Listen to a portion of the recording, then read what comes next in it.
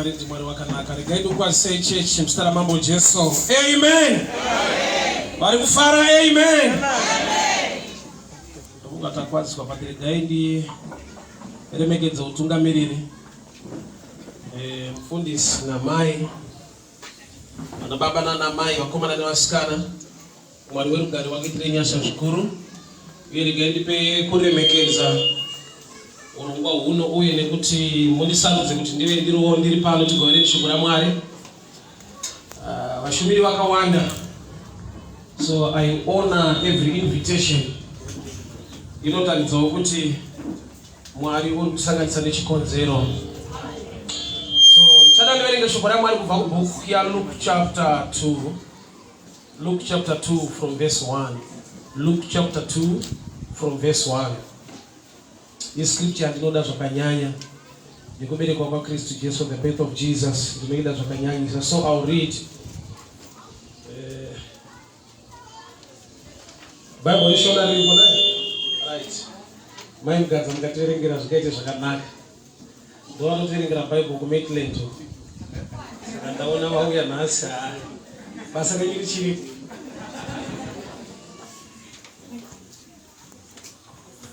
Luke chapter 2 verse 1.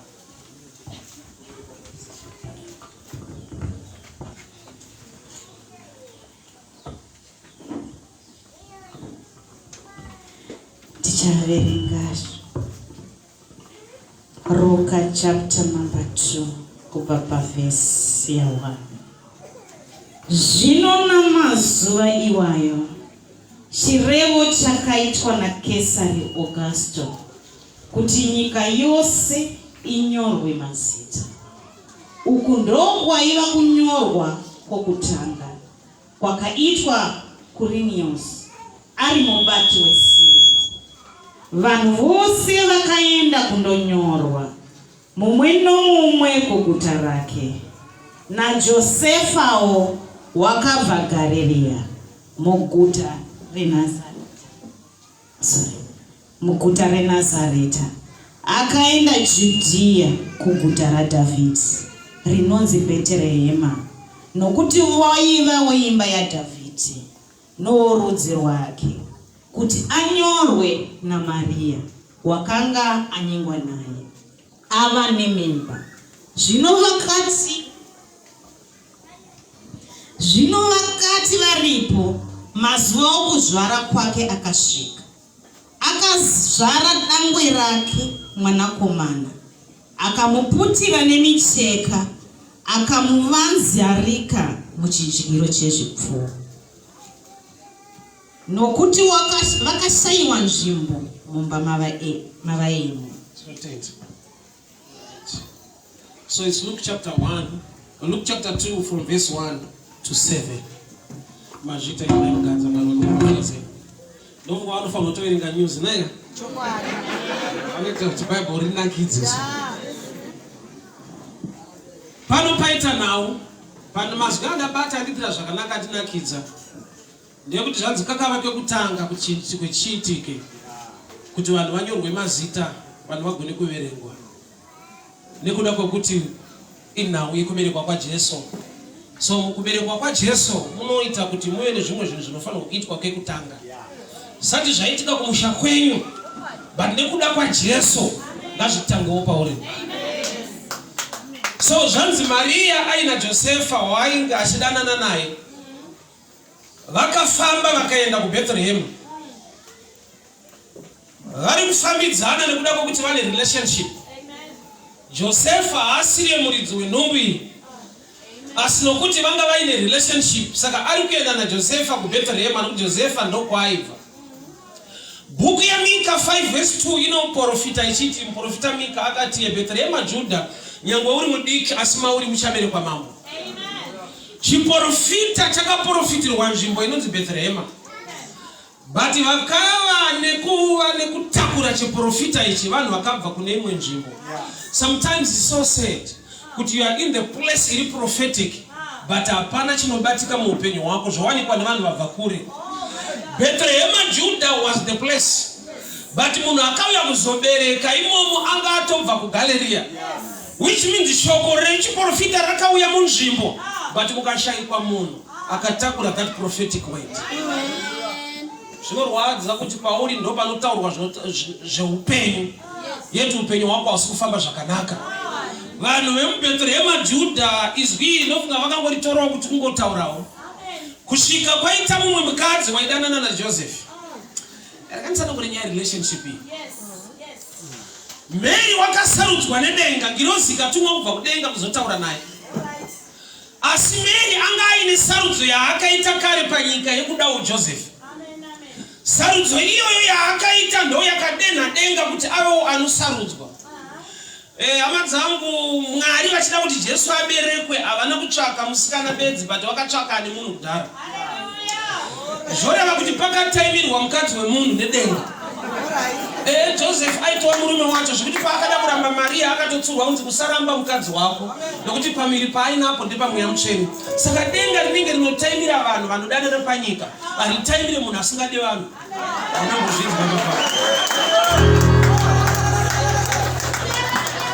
Iye kuti ndozvinamatira ndega, handina basa nemunhu. Ini ndo chandakanakira ndisike kumba kwemunhu ndichaukwatoipira ndokutoipa manje. Nokuti pane kuimwe kuita kwedenga kwekuti vanotaimira kuti unowirirana nani. Ini ndaimbofunza kuti Maria wakasarudzwa nokuti yaiva mhandara, ndikatozoona kuti mhandara ndofunga dzakawanda mazuva iwayo ikoko. Kana dzikanzi dzanetsa but 5 hadzingashayiki mubheterehema. So sarudzo yekuti Maria asarudzwe, main reason yaive relationship. Why? Nekuda kwokuti waachatakura nungu yaachatakura yaJesu. Basa raJoseph, it's a prophetic message ku destiny yaJesu. Why? Kana Joseph ari munhu anoveza, munhu anoshanda nemapuranga nezvipikiri.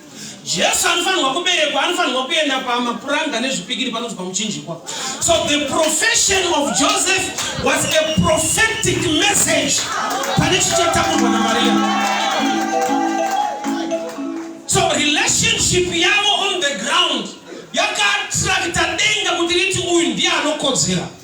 Kune imwe blessing inouya kwete nekuti Mwari vakuda, but nekuda kwokuti une zvawakada zvakadiwa naMwari. Kureva kuti Maria paakapfimbwa naJoseph haana kumbozviziva kuti ndava kuzozodiwa naMwari wacho manje. Maria achipfimbwa naJoseph haana kuziva kuti ndikangodatsana ndawirana nedenga. Kune vanhu panyika vanoita kuti denga rigone kutokudawo.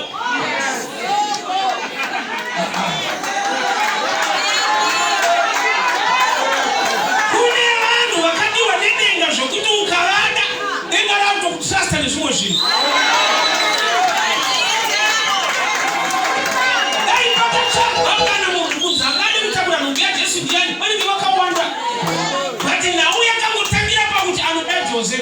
Unati variko vakaramba Jose vasingazivi kuti unoramba denga racho pamunhu. Ose pane paunoiginwa vanhu uchiiginwa program yaMwari yakaiswa muvanhu.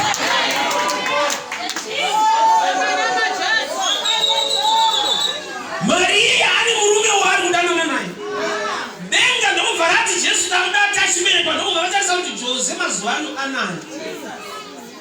Mukuona Maria ari pasaiti. Jesu yanokodzera. Why? Nekuda kwokuti Jesu ari kuberekwa rimwe zita rake anonzi mwanakomana waDhavhidhi. Wemba yaDhavhidhi ndiJoseph. Saka Joseph pachake ane surname yemwana. Haasi baba vemwana physically, but pazita ndiye ane surname. Ndakaita a challenge. Why? Nekuti Jesu kana achinzi mwanakomana waDhavhidhi, yet David was a king akafa kare kare. Kwainda vasina kuti Jesu mwanakomana waJosefa. Why? Because Joseph ndiye aitenga serevhita kane mapambo. Kuna kuti ndakanzosunge Joseph adzvanyirirwa mushana. Because murira mwana wodi. Because God mwanakomana waDhavhidhi. Joseph zita rake radzimwa. But ipapa kandiratidza kumwe kutendeka paMwari nokuti Mwari haakangano chakanaka chaunodya. Chirudziko mufundisi nokuti mukatarisa murume anonzi David aiva nestubborn character yokuti vakadzi vese vaakaroora aitorera vanhu. Wakaroora mukadzi ainzi Abigail waakatorera kuna Nabal. Akaroora Bathsheba waakatora kune mumwe munhu. Saka Jose nature yake character yake haadi mukadzi angori Mulungu asina munhu. Ani character ya mwari wacho yekuda yoyani.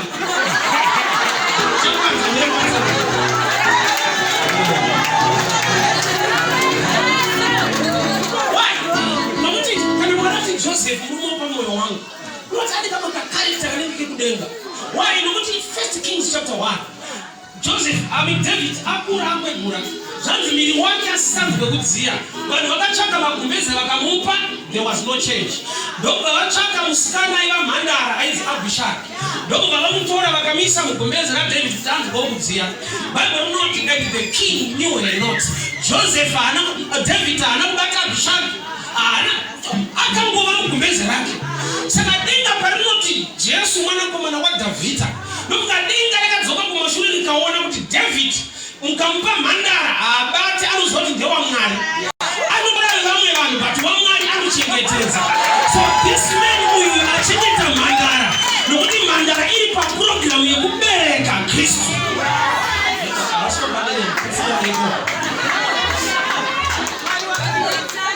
So Mary unokutevera Joseph haasi muridzi wenhumbu, but prophetically kuti asarudzwe zvine chekuita nerelationship. Uye kwavari kuenda naJose kuBhethlehema kumusha kwaJoseph, but kunzvimbo ikoko kwakatoprofitwa kuti chaakatakura chinoberekerwa ikoko. Munoziva kuti nhumbi iri ordinary ndeyekuti munhu akaenda kuZimbabwe ari pa9 months anogona kusvika akabereka ikoko, kana akaenda kuDubai mazuva akakwana anobereka ikoko. Nhumbi ina Mary ine trick 1, haubereke nokuti mamanzi akwana, nokuti kwakaprofitwa nzvimbo kudarika kunguva. Bethlehem Juda mauri muchaberekwa mambo. Saka ukaita 9 months uri kugallery unoita overdue. Why? Because Mwari hapotsa. It was a prophetic place yaitrigger time to manifest. Nhumbi ordinary chero kwauri nguva inokwana, but ya Maria manje Bible rati pavakasvika ikoko nguva yakakwana. Rati nguva yaimirira kuti munosvika rini. Aione timetable yekunaya kwemvura pakavakwa areka naNoah ndinoa. Why? Nokuti Mwari vakati ukapedza kuvaka mvura ichauya. Unoti akapedza this week inoya this week, akapedza next year inoya next year, akaregedza ichauya. Kosa pane mambo unoti ngakamirira Mwari uchimisa Mwari. Why? Because zvimwe zvacho zvinokontrolwa kuno. Mwari vanototarisa kuti uchaita rini kuti zvavakakumbisa zviitike. So vakafamba vese vakaenda kuBhethlehema, but havana kuenda nekuda kwechoice yekuti handei. There was a decree yakaitwa namambo aitungamirira muHedheni. Hama dzangu nyika pane painotirwisa but ichitisundira mudestiny nemublessing. Nokuti Maria naJoseph havana kuti mudiwa hange kuBhethlehema. There was an instruction, a decree yakanzi for the first time zvakati munhu wese ngaende musha kwake. Takuda kuverenga vanhu. Saka Maria naJoseph vakaenda kwete by choice but ne pressure. Life inodaro kuti munguva uri kuno kwete nokuti wakada kuuya kuno pressure.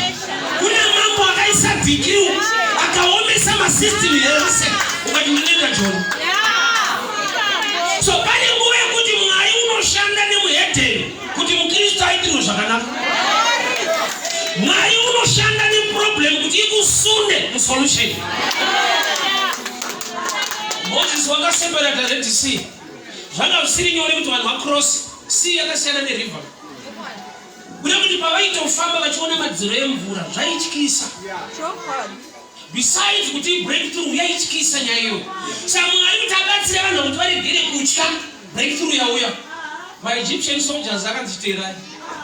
Saka ivo vaiita decision yekuti kufane hondo nekucrossa chii chakanaka. Kuti pressure yaiva kumashure yaivapusha into the blessing. Hama dzangu usarwadziwa nepressure iri kuuya pauri nezvinomanikidza zvikarema. Mwari waunonamata akatendeka, akarongeka. Unogona kusvika muBhethlehema wakaita kufoswa, but uchisvika ikoko utoona watobata mwana wako. Kune zvinobatika wakuenda munyika yevatorwa zvauno usingagoni kubata uri kwako. Amene wandinotaura naye. Kune zvinhu zvaunogona kuwana breakthrough waenda mukumanikidzwa zvauno usingawani uri mucomfort. Uri kumba kwenyu, uri kumusha kwenyu ungo usingazviwane, but waenda nekumanikidzwa wobereka zvimwe zvinhu zvinobatika. Nhumbi yaMaria inotoda kuti pasumuke umwe dzingwa ikoko kuri kusanganisa vanhu neprophetic place. Life ine pressure yaunoshaya kuti asi ndina Mwari sei zvichiitika zvakadaro, asi ndinonamata Mwari sei vanhu vachindimukira zvakadaro, asi ndikunamata Mwari sei pressure yakadai sei kumanikidzwa nekudzingwa kwakadai. Mwari wedu anoramba ari pachigaro, anoramba akatendeka, anonzwa midamato yako, anoziva ramangwana rako. Vanhu vakamanikidzirwa kuenda muBethlehem, but vari kuenda muplace yekuti munhu agone kubata nhumbi yake, chaakatakura chigone kubatika. So Baba knows vakasvika ikoko ndokubva vachagarawo nzvimbo, and there was no place. They are in the right area, but still pane resistance. Vari kurambirwa. Osa zvinobohwa uye zvinorwadza kurambirwa chinhu uina Jesu. Maria akatotakura Jesu akadzisipesa hapana, which means mumazuva iwaya vanhu vakabereka zvakanyanya. Ukaona wakushaya pekuberekera mwana, zvinoti vanhu vabereka nguva iyo.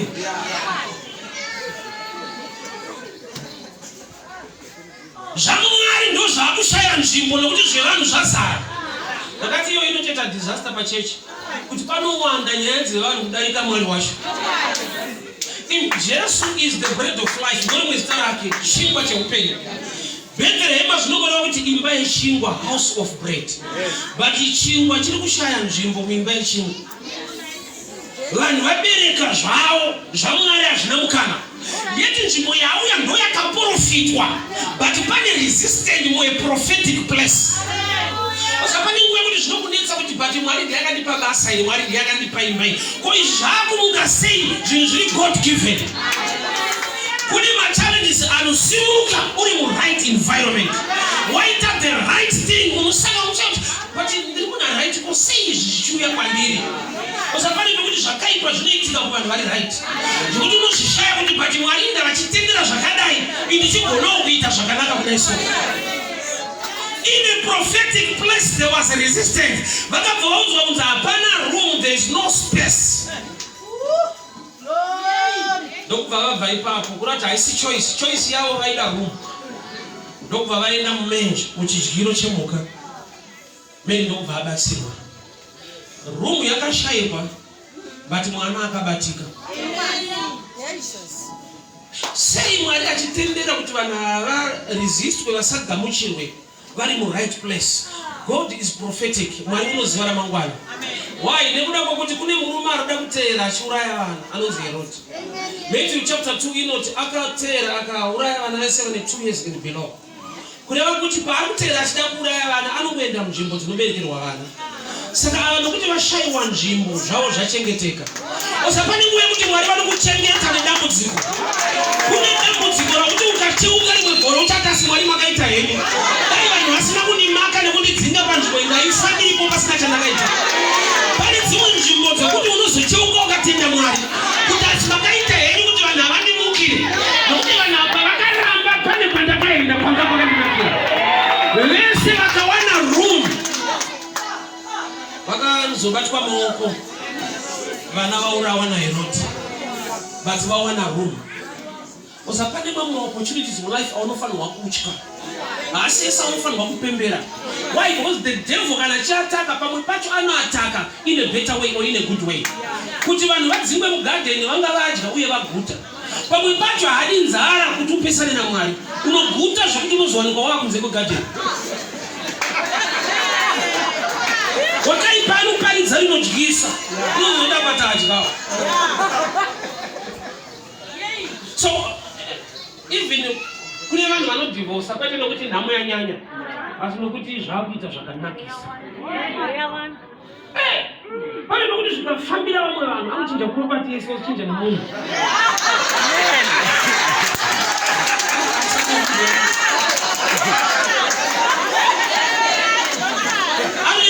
Zvimuno zvese ndezvekudhara izvi azvichinja. Nokuti mai Jose ndevekudhara futi. Ndokuti kune anotonemba kuti asizvona vakapurumutirwei baba. Mwari anozova ndiri kudaro unoita pesana. Wakaipa hamuataka nepoverty bedzi. Murugare ichika Mwari namata Mwari. Nokuti ataki murugare irimo. Zvikafamba zvakanaka pane zvinoitika, pane imwe ataki inouya nokuti zvinhu zvaright. Samunamato wako ngawo kuti Mwari pazvinoita right rambai muine. zvinorwisa vari palevhu iyoyo, kune zvinorwisa vaakuwana.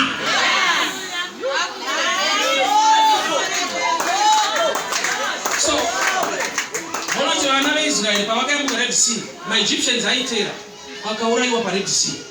But chakaitika ndechekuti vakatanga vatopinda mumunana iwoyo, nokuti vakafusurwa nemvura vari pakati.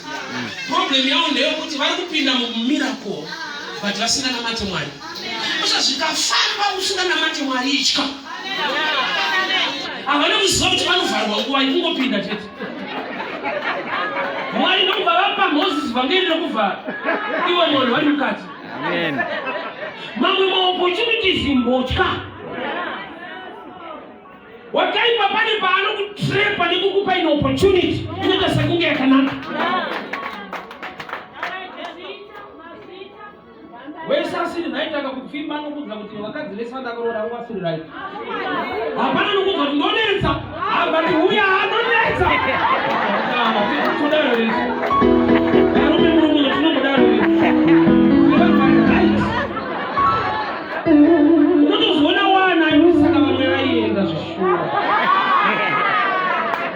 Baba vagarike nawana.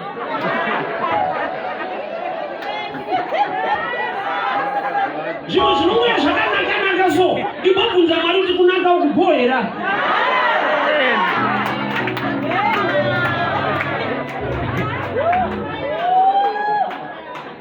Pane zvinhu zvakangonaka so, iri trap. Kune resistance inotaridza kuti Mwari vari kukurwira. Nokuti kana vari kudii kunoita sekungokurwiswa. Ivo chitokurwira.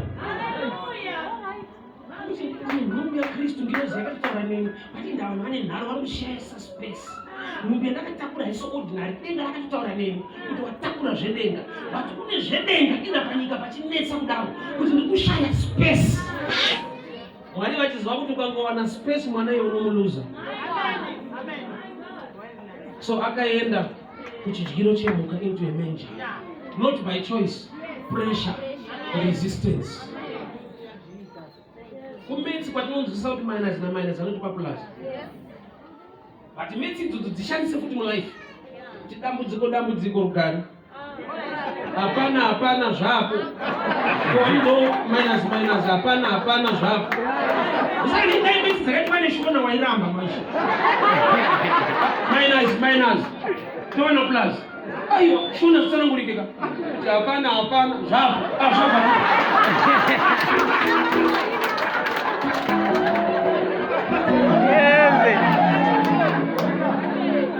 Uchibuda mudambudziko uchipinda mune rimwe, ramba uchingozwa kuti Mwari vakatendeka. Pane kuri kuendwa, pane zvavari kuita.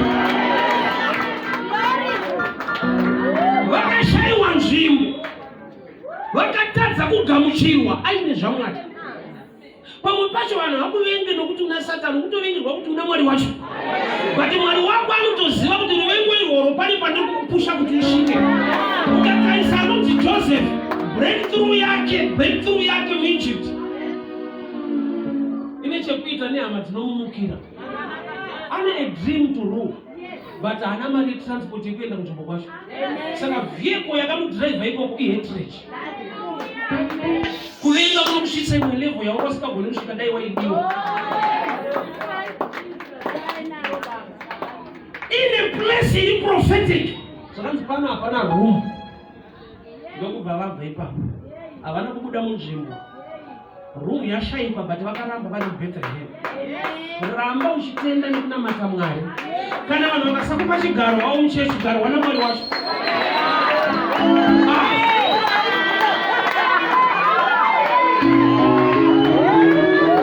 MuBethlehem havasi kubuda, why nokuti pakaprofitwa nzvimbo. Saka ndikashaya space pano, as long ndiri muBethlehem, I'm still in the prophetic arena. Ndokubva vaenda kumatanga. Tinondishamisa mhuka dzinovapa space vana havanzo. Hakuna mombe kana mbudzi yakaramba kuti Jesu abereke. Asi vanhu vane nhamo. Tinenge vhangeri ranuwa nderekuti vanhu vanoramba but mbudzi inopinda. Mhuka dzakapinda Mwari ikawa ndo vakaramba. In that place here resistance, Lava not by choice but no pressure. Vakaenda mudanga. Iri nzira yaMwari yekuchengeta chekubereka.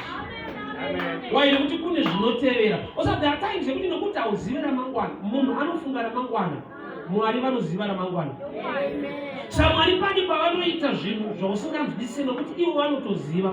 Ivo unongofungidzira. Maybe ramangwana rinenge rakadai. Uchida kuseva izvi nekuita izvi. Yeti ramangwana rako dai wati Mwari unoziva ramangwana. Itaise zvamunoda. Nokuti kune dzimwe hondo dzinozokutevera uri panzvimbo yakanaka. So vaenda in that place in a manger vakabatsirwa nemwana. Ukaverenga fedha rinotaura kuti mawise men vakauya nezvipo vakauya negoridhe. Gold harina basa kuti kudanga. Vakawana goridhe ravo vari kumatanga ikoko. Vana vakaberekerwa mudzimba mune marooms hakuna gold kwakauya bhemba. Vakatenga nemashuru. Vadamburwa musoro wese.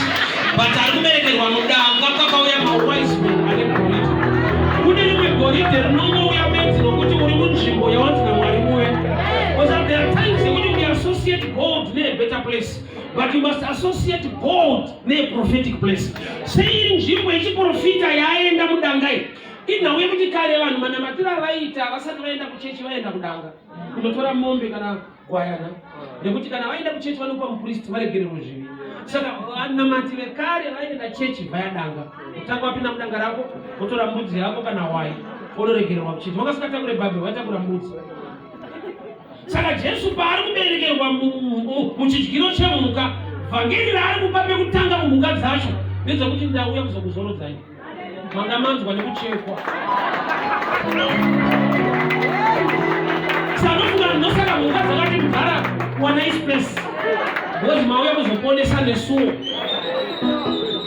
Munzvimbo iyoyo mune vhangeri ririmo rekuti vanhu vaimbotakura mhuka. Saka this time auya neropa rinodarika rembudzi.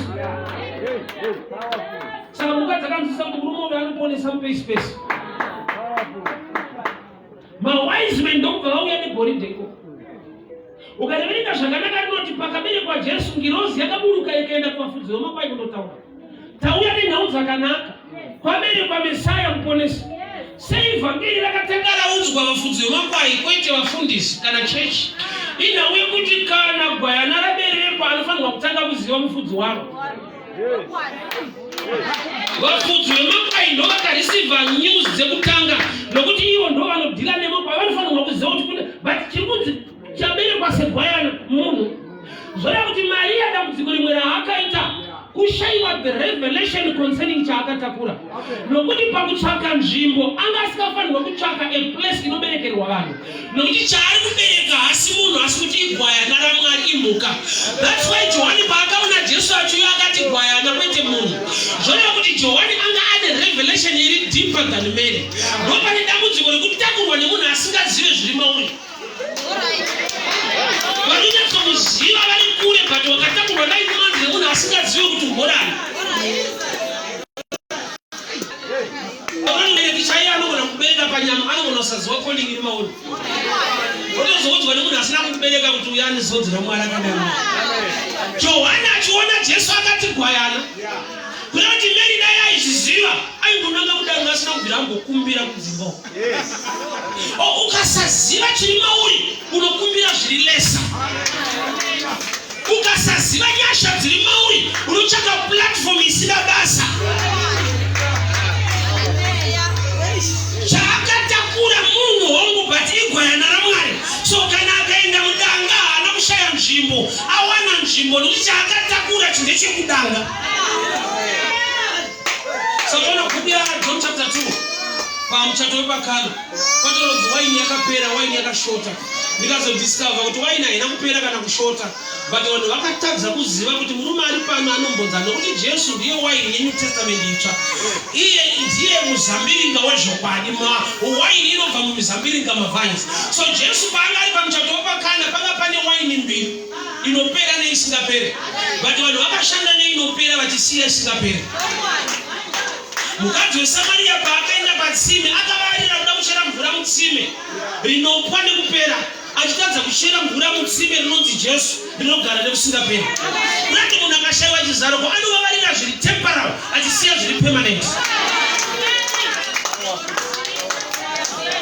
ende challenge ina Jesu anofamba nezvinhu 2 problem nesolution nokuti paakakumbira mvura mukadzi Samaria akanyimwa anyimwa anakucomplaina akatanga kuadvertise yake kuti asidai waiziva waitokumbira waidinji neimwe ufunge muna Mwari ndozvamuri pese paunoona ichallenge dambudziko mimba yaMwari. It's a revelation of a blessing in kuitika. Why? Nokuti Jesu paakakumbira bhoti raPeter. Ndiye Jesu akazokumbirwa naPeter kubuda mboti kuti vafambe vese pamvura.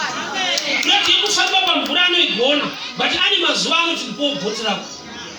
Saka kunyima type iyoyo hauna zvawaita. Nokuti ukaramba nebhoti rako anongoti ndakungorora ndipo pamvura pacho. Kureva kuti Mwari vakakupa opportunity to do something in the house of the Lord. Take it as an opportunity. Because God can do without men, but men cannot do without God. And I'm not going to say so only. Mwari vakasika nyika vakapedzisa nemunhu. Vari kutokupa picture kuti ndinonzopedza usati wako. Neimwe nguva Mwari wanoziva kuti kutaurisa kwemunhu. Dai vakatanga nemunhu. Tainyepepo. Kamunhu anda credit zvese. Waizvonzwa kuti goma risakatoti ishaisai goma.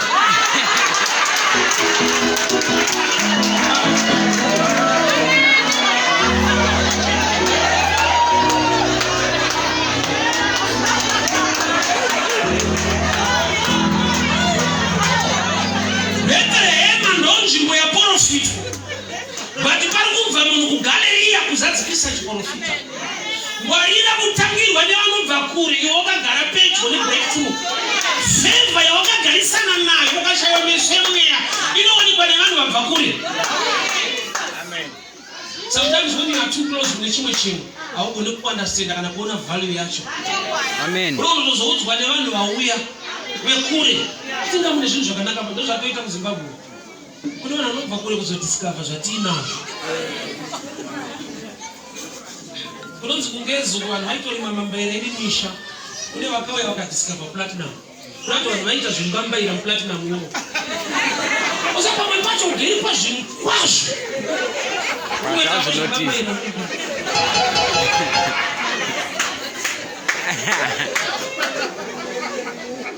Chechi ndinzwe. Nzvimbo inonzi Bethlehem yakaprofitwa shoko rikagara. But munhu akatoita kubva somewhere kuti andobereka mambo wacho. Vasikana vese vanhu vese muBethlehem hapana. Yet it was a prophetic place. Resistance yekuti pana hapana room. Nokunga miri wakarwadziwawo nayo. Osa pane zvinhu zvinokurwadza nokuti hausiuzwa kuti zviri kuitirwa. Zvaunozoti waona wakura wafamba wanopafadzwa woti asi Mwari makaita basa. Vanhu dai vakatitendera kuwana room dai mwana wacho tisisina izvo. Nokuti pavakaramba ndanga ndanzvengeswa kune zvinotevera. So usanetseka kuti munyika vari kuti kudii? Mwari wako une marongero aanoita nemadzimambo ekunyika. Mwoyo wemadzimambo iri mumaoko aJehovha. Vanogona kuronga problem yekuti unokuswera une stress kuti vanhu vari kudarirei, vari kuzviitirei. Igoigirwa nyaya iyo. Rumbidza Mwari wako. Namata Mwari wako. Unocontrola ma-systems are against you akava for you. Unodhila nema-systems ari kukurwisa akashandiswa kuti akurwire. MuBethlehem havana kugamuchirwa. Kugamuchirwa so kunotyisa.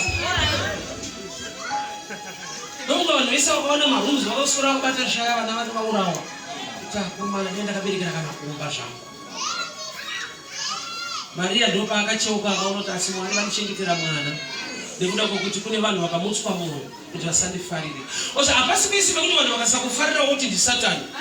Mwari ngaamutse mwoyo kuti pasiri pako vanhu ngavarege kutendera kwaipapo. Mukadzi anonzi Ruth chakamupa kuroorwa naBoaz. Kune murume aitofanirwa kumuroora aiva ahead of Boaz. Murume akaramba. Chaakarambira wakacheka rekodi yemukadzi uyu kuti anga akaroorwa naMaloni kuMoab. Havana kubvira vaita mwana for 10 years. Saka ndikamuroora ndatouraya nhaka yekuti vana vangu vasare vachitora minda. Saka ndo zvakamurambisa izvozvo record yekuti akabva uko asina mwana.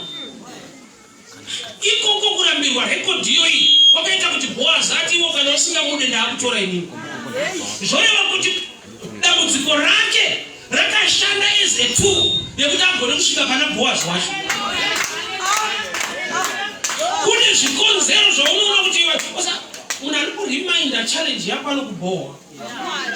Tauya haita zvitoti munono. Vandinofara nokuti angauya kuBethlehem. Kune tsika yekuti munhu akaramba, zvimwe zvikaramba, Mwari vane sabu yacho. Imagine kuti murume uyu ari kuramba Ruth, but pane murume ari kuti ukaramba ndotora. Inagara kuti pane picture yekuti haurambiki unotowana wako. Zvanzi wewe ukasamurora ndiripo. Ende murume uyu akaramba kumuroora handina kunzwa zvakawanda, ndakanzwa kuti mumwe murume zvake ndokubva azororwa naBoaz muridzi wemunda. Usapane pamwe kuti zvisina basa ngazvikurambe. Koma ngodiwa so unopoteswa Boaz. Imwe timu ngaikurambe ngaisiyane newe.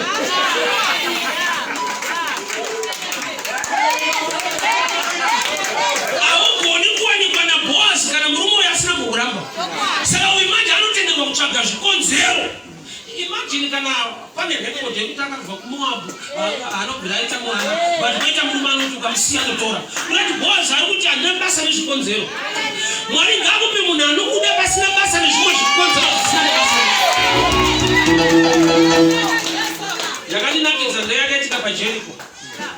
Rahabhu wakaroorwa but Rahabhu Bible roti aiva chifeve.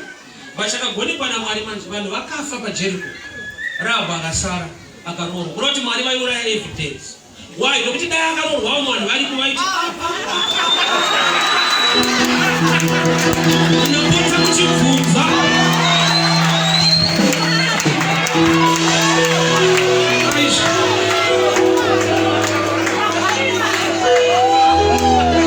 imagine time yako dai yakasara obva aroorwa wainyarara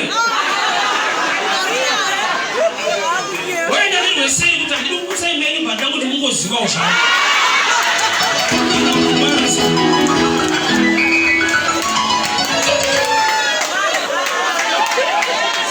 So Mwari vakatoona kuti pano pakasara kana munhu 1 aroreke munhu.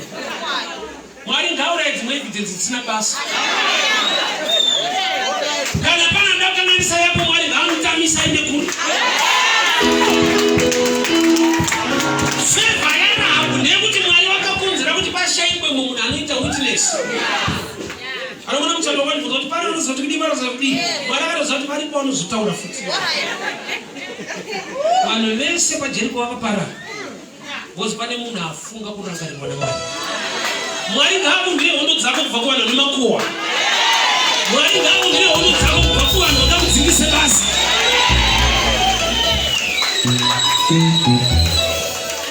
Munzvimbo yeBhethlehema mune kusagamuchirwa kurimo. Asi Bhaibheri rinoti mwana akaberekwa uye zvipo zvikauya. Munzvimbo ine zvinhu zviviri, resistance and gift. Naturally haugoni kuzvikonekta kuti dambudziko rugare. Zvipo zvakauya igoridhe riri kupiwa vanhu vari mudanga. Zvora kuti goridhe rako kana richinzi naMwari nderako, kana vakakuendesa kupi tsoka dzevanhu vakaritakura ngavakutsvage ikoko kusvika wari wanu. Kana vanhu vakakutsimbirira vakakubvisa pane mumwe platform, Mwari ngaakuropafadze uri ikoko kumatanga kwakashoreka nzvimbo yekuti vanhu havakugamuchire, but uri imomo goridhe rako ngarikuwane. Ndinofara kuti mawise men vaituramirwa nenyeredzi. Rimwe dambudziko nderekuti vakambofuna nekumba kwaHerodhi. Herodhi ndokubva ataura mashoko ekuti mukamuwana muye muchititaurira. Usakuda munhu anoda zvekunamatirwa namati kutsvagirwa Mwari. Haleluya. Kuna nenda kuti Mwari kutsvagirwa so. Mukamuwana muye muchindiudza. Iye haana kana shumbe kutsvaga Jesu. Mukamuwana muye muchindiudza kuti neni ndoda kumunamata. Saka nakira Mwari manje anonzvera moyo. Mashoko nemwoyo. Mwari unonzvera moyo. Nekuti une zvaunoviga mumwoyo zvaunotadza kuburitsa pamashoko. Chitaura Mwari acho unoti pamwoyo pakamira sei. Program iri kuongwa ndei. Samari maitova jealous to kill. But anakuti mukamuwana munduze noda kuuraya. Usakune unyengeri une vanhu wekuti dai Mwari atibatsira. Why nokuti vanhu vanoenda mashoko akanaka but muchaonoda kuparadza. Vanhu vamuwana vamupa zvipo. They were warned in a dream. Pavanga vachiuya vaitungamirirwa nenyeredzi. Pavakamuwana, an angel appeared to them. Kurati ukawana Kristu, level must change. Vasati vamuwana vaitungamirirwa nenyeredzi yakati vamboyetsa rumba kwairoti. But pavakawana Jesu, an angel appeared to them. Kurati their level yakabva from a star to angelic level. Nokuti kana wamuwana pane zvinofanirwa kuchinja. Kuzati ana Peter vaiva varedzi vehoyo vaibata hoyo vachitengesa. But paakafamba naJesu pachidiwa mutero wetemberi, haana kunzi naJesu bata hoyo utengese. Akanzi bata hoyo uivhure mukanwa. Kurati tahamba level kuti hoyo yacho inobhadhara yega.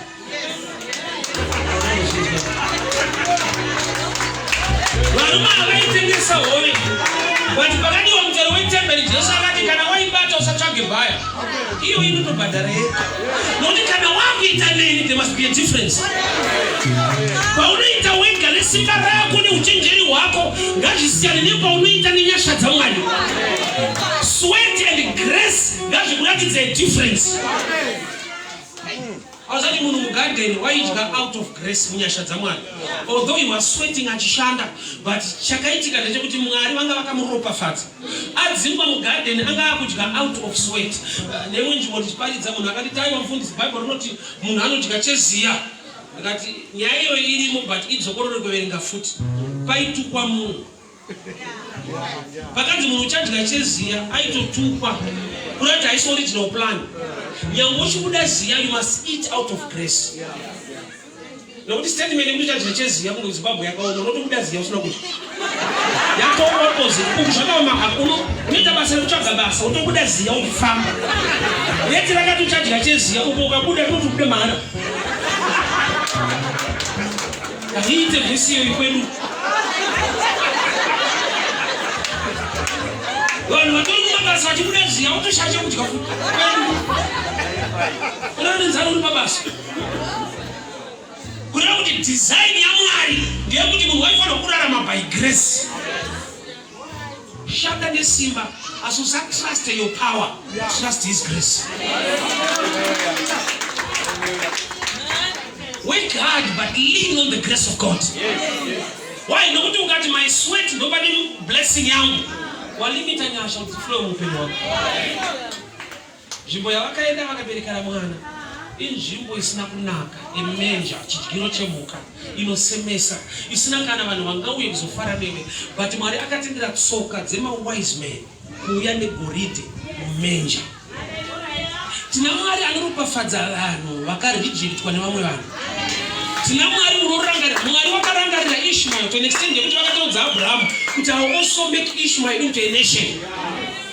Adzingwa pamba paAbraham bhodhoro remvura rapera vari kuBheersheba mugwenga. Mwari vane a promise yekuti I will make him into a nation. Saka pfungwa yako ngairegere kudatikana kuti vanhu havandida havandigamuchire. Kudanga kwakasvika goridhe. Vari mudzimba dai vakanzi mupupurai wainonzwa vachiti nematambudziko takazourayirwa vana. Vemudanga ndoonopupura kuti tadzingwa takasangana nerimwe goridhe redu. Kune blessing yekuti nyangwe vanhu vakakudii inofanirwa kusvika kwauripo. Varume vakauya nezvipo zvokupa mwana aberekwa, havana kuenda kudzimba, vakaenda mudanga. Usapane nguva yekuti apa ndabviswa apa ndopandaifanira kutoona break tiri kurarama kwangu mari dzangu inda vanhu vanibvisa ipapa. Ndo zvaunofunga. Mwari ane nzira dzakawandisa dzekukuropafadza. Uriko kunonzi kuye munhu hakuna munhu anokuona. Mwari anovhura meso evanhu vanogona kuona iwewe ikoko. Ndakambokupa testimony, ndakambosangana nerimwe goridhe ndiri mustreet kwete kuchechi muroad ndichiita evangelism. Kuna Mwari Mwari unoronda tsoka dzevanhu kuti vakulokete kwauri kwakasara kusina basa. A place inonzi Bethlehem ine zvinhu zviviri, rejection negold. Handizowanze kushumira but zvichida kusangana nerejection. Bandaya uzokuta kuti gold futi riripo. Mukuvengwa musagamuchirwa, Mwari akamurongera chakanaka. Inenge nawe muri Zakaria, baba wa John the Baptist. Akura kwegura asina mwana ndokubva asangana nemutumwa ari pachurch service achipa zvipiriso. Ndokubva anzochava nemwana anonzi John but achibuda Hall of the Holies akabuda asingagone kutaura. But gore raatadza kutaura ndogore rabata nhumba adzimai vake. Kunoti vanhu vaiti vakamutarisa vaiti ane problem. Vakatarisa adzimai kuti problem ine breakthrough mukati. Because akakura asina mwana. Gore raakanzi nemutumwa uchataura nokuti waita nharo. Ndogore rakaita adzimai nwo. So vanhu vachimuzvira tsitsi kuti honai mufundisi achataura zvinasi kumufambira kozona adzimai kwakutopusha. Mwari rudziya anosanganisa nhamo nerugare. Gamba iko kubatwa mazwi, kushayiswa mazwi. Chiprofita chezviri kutoitwa naMwari muupenyu harisina kudzika. Nokuti waari kubereka anonzi izwi. The voice that cried in the wilderness, no calling ya John. Vakamubvunza kuti uri ani zvika ndiri izwi rinochema murenje. But izwi raberekwa nani nemudhara asina mazwi. Dambudziko rako ingangodaro iri mbeu zvakanaka zvida kuberekwa. A voiceless father akabereka mwana anonzi the voice.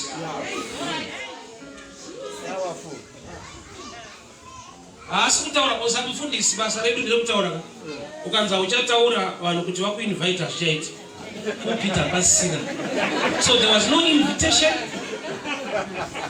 Vanhu vachingoti madhara edu aya hamene utsotsi hwakaitika arangwa naMwari. Saka kune vanhu vanotanga vanonzwa Mwari. Ukaita problem kune vanhu vanotanga vanonzwa Mwari ati ndagadzisa munhu wangu.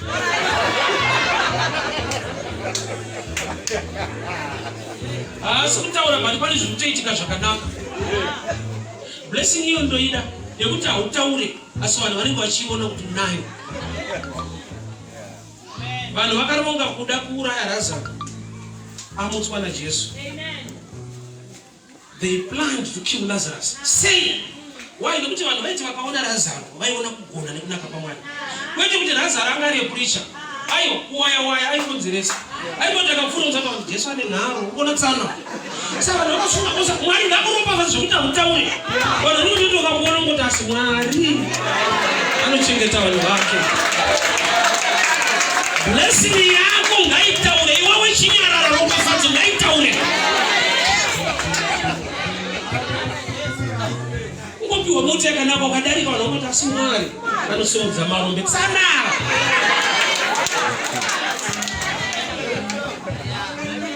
Lazarus hana zvaita. Kungoti anhu akungoendawo kuCrayfontein. Kungopfuura neiko sara iri noise. Saka kubeta kuuraya munhu. Saka problem yavari kuti vada kuuraya Lazarus vamutswa naJesu, Jesu ati achiripo. Anongoswa futi. Vanhu vanoda kukurwisa nokuti Mwari akuitira chinhu vari kuwaste time. Haafe agere pachigaro chenyasha nokusingaperi. Area yavavhara Mwari anovhura imwe. Masuwa ari kukuvharira Mwari ari kukumuvhato akagalevha. Ropafadzwa saRazaro wekuti hauna nidhi yekuzvitaura zviri pauri zviri kutaura kuvanhu ukuru hwaMwari.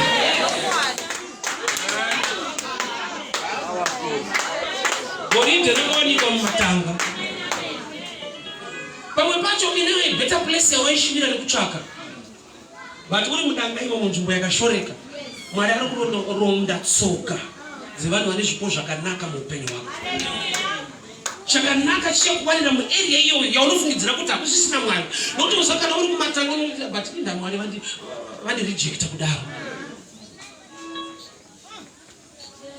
Favor yaJehovha ngaikubate mudikani.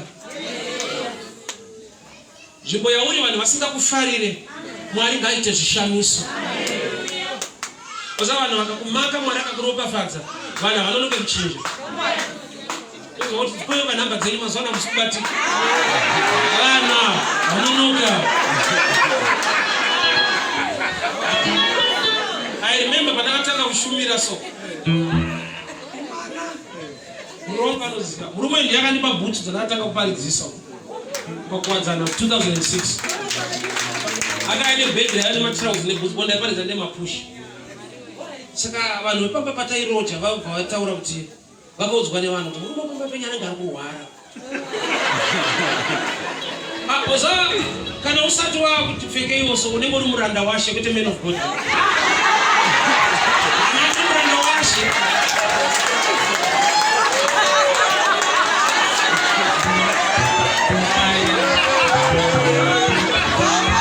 Apoza kuti muranda washe ngoda sabutu dzavo kana ndo zvakutaura. Ita man of God imwe level. So vaiudzwa mze unopamba penyu anenge ari kuhwara kuseni akabata kaBhayibheri parenga akaparidza mapfekero ake nezvaari.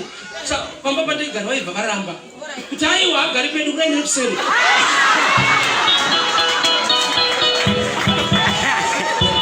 Mwari ndokubva vaita zvavakaita. The same people ndovanga vaudza vanhu kanogara pedu chaipo pedu.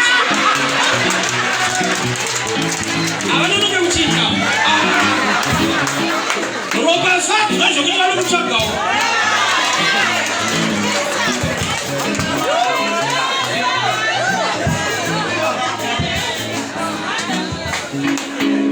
Ini ropa zvadzo ndoida. Inokubvisa pane mbele. Usakona kuti ukafonera nokubvunza kuti ndiwani unochizwana. Hamba kuseva nezita pano. Azvinoembarasa nai. Wafona neconfidence. Kwamuri sei ndiani zviya? Mwari ngaakubvisa ikoko.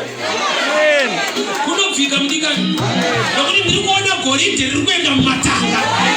Goridhe riri kuenda pavanhu vakashoreka. Silva inokuloketa uri munzvimbo inonzi haina basa. Why? Nokuti uri muBheterehema, nzvimbo yakaprofitwa. Varume vane goridhe havana kuenda mudzimba, vakasvika mumatanga. Vakasvikowana Maria naJosefa nemwana. Bhaibheri rangu rinoti they worshipped him, not them. They worshipped him, ndobva vasiya magifts. Jesu wacho chipo chatapiwa naMwari, but vakacelebrate chipo nechipo. It takes maturity to celebrate the gift of God with the gift. That's why Bible rakavati wise men, because it takes wisdom to appreciate a gift with a gift. Jesu chipo takamupiwa naMwari, but kune vanhu vakauya kuzomupa iye ari chipo, vakauya futi nezvipo. That's why denga rakavachinja level kuti amudzokere nerodhi yamambouya nayo. Bible note they went back a different way. Ukagona kuremekedza Mwari nechipo kune nzira dzinochinjwa. Haurambi uchifamba munhamo iyoyo kana waremekedza basa raMwari nezvipo zvako. Ukareverenga noti they went back a different way. Why? Nokuti pavasvika vakapa Jesu, Jesus is the way. Kureva kuti haufambe your own way wamunzira inonzi Kristu. Anokupa nzira yakanaka. Ukamushumira nezvauinazvo, ane nzira dzaanofanirwa kuchinja. Marari makabviswa fear, nokuti kana ati muzouya muchindiudza is a king, vaifanira kutya kuti ngatidzokere kuna mambo. But nokuti vasangana namba King of Kings, they went back a different way. Chakachinja nzira yavo chii? Vapa Jesu anonzi nzira. So paunopa Mwari, urikupa Mwari anonzi kubudirira. Urikupa Mwari anonzi utano. Urikupa Mwari anonzi favor. Kurati paunoshumira Mwari nezvauinazvo, Mwari aramba akanyarara. Hakudzora nemunzira dzekudhara azviite. An angel appeared to them and akavaudza kuti don't go back the same way. Amen. Appreciating the gift of God with a gift. Mwana aberekwa, but mhando yezvipo manzvanzi vakatouya negoridhe. Kurati havana kutarisa zera, vakapa with revelation kuti ane a ministry yaachada kurana basa rashe. Gold rairepresenta mari, finances. Kurati vari kupa vane revelation ye future ne destiny. Azviite kucelebrate kamwana kaberekwa nekukapa goridhe. kudi kuti vanga vasingaone mwana. That's why kuna Herodi vakati tiri kufambira mambo aberekwa. It takes wisdom to see a king in a child. Auzero Jesu paakafida 5,000 ichingwa zanzi vaida kumubata kuti vamite mambo. Yes, John chapter 6. Vanhu vaguta usana vakaguta vanhu vakufunga zvakawanda still. Vanga vaparidzirwa vaneta kana akamufunga kumita mambo nekuparidza. Apa uchishefu munhu.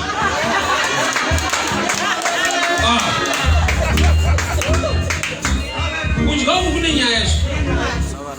Taizviona mubasa mukaronga strike kuti mari ishoma. Mulungu aingoshedza ari kukutungamirira kuenda kuofisi obva apiwa kofi nemabhisiketi. Unonzwa kuti vari kuti ishoma. Kunga yeku yatowanda. Ndogo wakati tunotsa kuno makowa kwakushedza kwakamupa tii atopa makowa akawandisa. Unonzwa nezvaasina kufambira. John chapter 6 vanhu vaguta vakati mubate itimite mambo. Yeti wise men vari kuda kuona mambo aberekwa. Kuti vari kuona the king pasina miracle yaitwa. Why? Kuna kuti vari wise. Vakamuona ari mambo. But kune vakati vazoguta ndobva vada kumita mambo. Shachindechimai. Resistance airewe kuti naMwari wacho ari kukuresistawo. Mwari vari kutoziva zvavari kuita vachitendera vanhu kukuresista kudaro. Zvakatotenderwa kuti Maria shaiwe nzvimbo nekuda kwekuti chaakabereka achifanirwa kuurawa munhu akauya kuzokupa upenyu hwake kwete kuzokutorerwa kana kubvutirwa.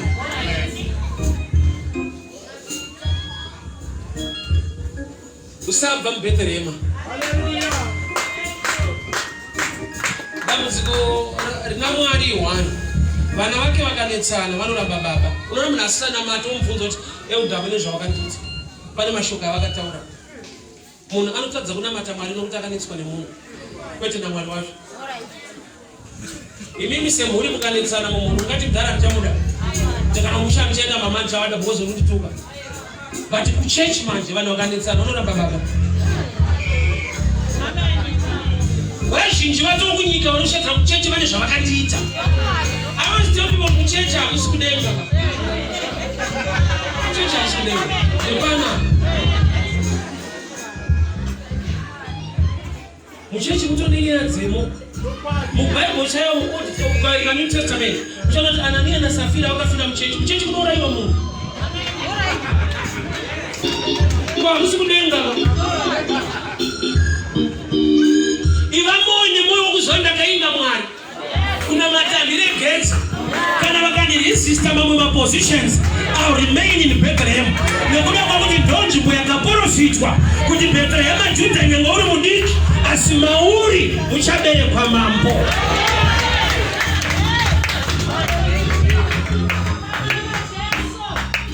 Ramba uchinamata Mwari. Nokuti nzvimbo yauri naMwari vaunonamata avaramba akanyarara. Vanokumukira haisi nyaya. Mwari azoti kukumurira sei vanhu vachikumaka kudaro. Aiwa imwe strength yake zvanzi kunogadzika tafura pamberi pavadzivisi. Kuti anotozvidawo zvokuti umbodziviswawo. Wai nokuti ndo paanonzwa kuti tafura yakugadzirika manje.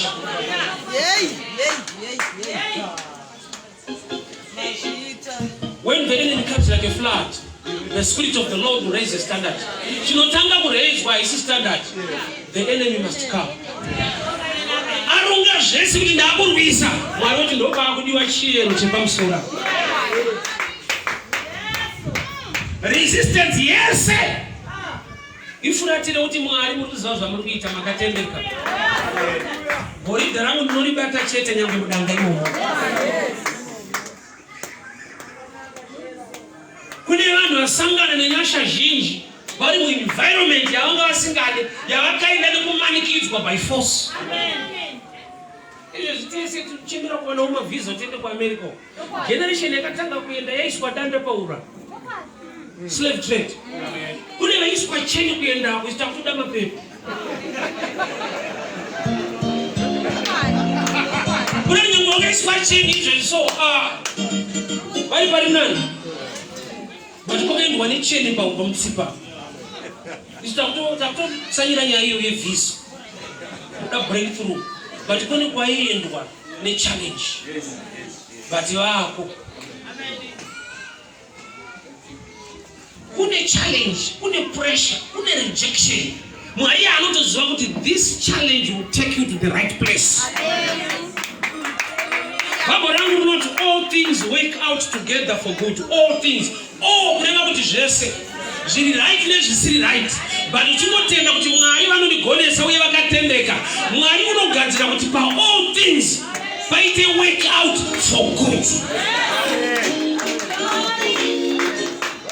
Ini yako ngainzwe kurwadziwa kuti ndakacontribute kuti munhu asimuko. Ngozi pandakamurenga ndopa nekusumuka kwake. Ini chandinoziva Satani anotoshandirawo Mwari. Iye haazvizive because haatambira. Kutoti Jesu aite pamuchinjikwa Satani wakapinda muna Judas. Akatengesa Jesu akaenda pamuchinjikwa tikaponeswa. Kuti tiponeswe, Jesu akarohwa akava nemavanga. Shoko ndokubva rati nemavanga ake takaporeswa. Mavanga acho haana kuagadzira ega. Kune vaiti tiri kurwadzisa kuchipora vanhu. Kureva kuti wakaipa basa rake nekuita kuti zvako zviite. Scripture inoti dai wakaipa aiziva. Haitendera Jesu kurovererwa pamuchinjikwa. But nekuda kwekuti ane ignorance, pese paanofunga attack ari kudena promotion nechekuita newe. Saka haufanirwa kuvhunduka kuti indava ndirejecta ndiri muBhethlehema ndakatakura zvaJesu ivo vanhu vanodarirei. Ramba uchiti Mwari makatendeka. Goridhe rangu ndoriwana muarea of rejection. Kuti hakuna chinonakidza kubudirira munzvimbo yawainzi nevanhu hausumuki. Ukafly ukaenda kuAustralia wanaita mari dzako. Hakuna munhu ane pressure newe kuti ndina mari dzako uripo. But ukadzoka kumaraini kwawainza kusumuki. Unonzwa impact yekunaka kwemari yacho. Saka uchiona munhu akatopufira waya mota kuenda kuZimbabwe. Mumaraini maakakurira. Anayo yakanzi Gauteng province.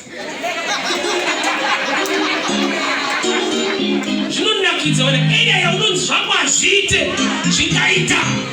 Area iyoyo unonzwa kuti impact yeumwari nekunaka kwake.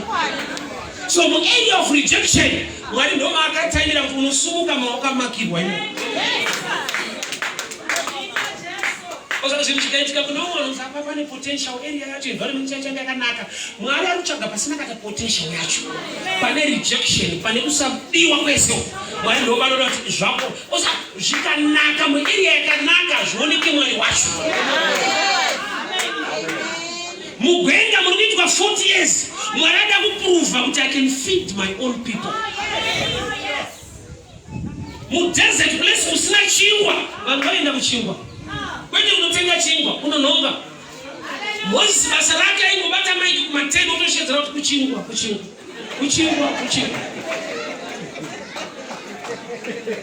40 years dzemugwenga, ukamwari aenda kuratidza unyanzvi hwake. Mwari ngaaratidza unyanzvi hwake pataimu yako. Iye anoti ndinosimudza marombe. Kureva kuti anototaimira kuti pane rombe repanapa. Pane rombe ratendera kuti Mwari aratidze kuti ndiri Mwari. Every challenge, rejection is a prophetic message. Ndakaudza vanhu ndati ukaona uchifamba usingasangani naSatani, usafunge kuti una matastereki. Zvingatoreva kuti muri kuenda same direction saka musangani. Ndokuda kusunge namati.